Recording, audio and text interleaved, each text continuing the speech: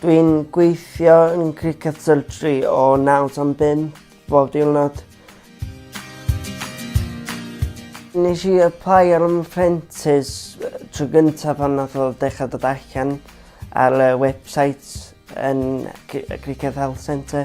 So mae project search yn rhywbeth sy'n gallu helpu lot o bobl efo disability. Mae rili di helpu fi jympio fewn I gwaith I ddysgu bob dim yn bwysig a bod nhw'n dysgu fi sut I wneud job fi'n iawn. Mae'n gyfle gwych a fedrwn ni'n reid mewn geiriau I ddisgrifio faint o briliant be mae project search wedi wneud I Caio. Achos lle fysa fo hebdyn nhw. Da ni wedi penodi 3 apprentice newydd I ddechrau a fewn yr wythnosau nesaf. Mae Caio yn un o'r 3. Da ni falch iawn o fedru roid y cyfle yma iddyn nhw. Ers iddo fo ddod I fama, mae pob wedi cymryd o fatha aelod o'r tîm a maen nhw rili gwerthfawrogi gael o yma. Mae o'n neud y prescriptions, mae o'n gweithio ar y derbynfa, ateb y ffôn, bwcio appointments. Mae o wedi mynd lot mwy annibynnol a mae o'n licio gweithio yma.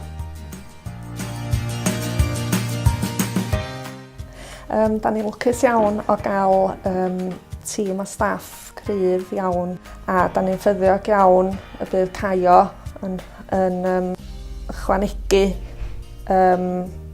ac yn cryfhau y tîm gyda sgiliau unigryw iddo fo hefyd.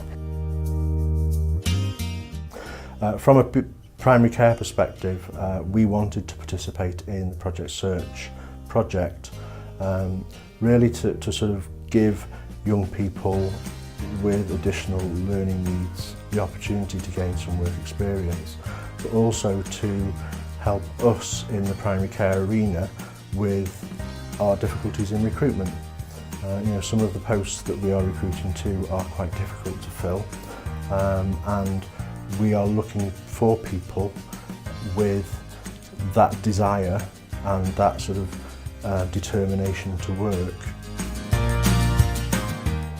Mae Caio dechrau wan yn mae o'n admin. Mae Caio yn gweld gol sy'n mynd I fyny, uwch, yn bellach. Mae'n gweld hyn yn gallu bod yn manager un dwrnod. A mae project search yn reid y cyfle yna iddo fo. So, ffantastig da. Dwi'n meddwl bod yr canllawia da ni wedi roid I mewn wedi galluogi I Caio feddwl, wel, mond chydig bach o niweidiadau sy'n rhaid rhoi I mewn I alluogi milwyddo fel unrhyw berson arall yn y gweithle. So dyna di'r peth mwyaf dwi wedi sylwi'n Caio ydy yr hynna'n hyder. Dwi'n cael gweld yr interns mae I gyd yn datblygu. Pryd nhw I gyd gychwyn, oedden nhw mor nerfus a doedden nhw'n gwybod be oedden nhw eisiau gwneud. A da ni wedi gallu helpu nhw datblygu yn eu hunan, datblygu hyder a lot o sgiliau eraill. Dwi'n teimlo rili hapus oherwydd dwi wedi cael employment.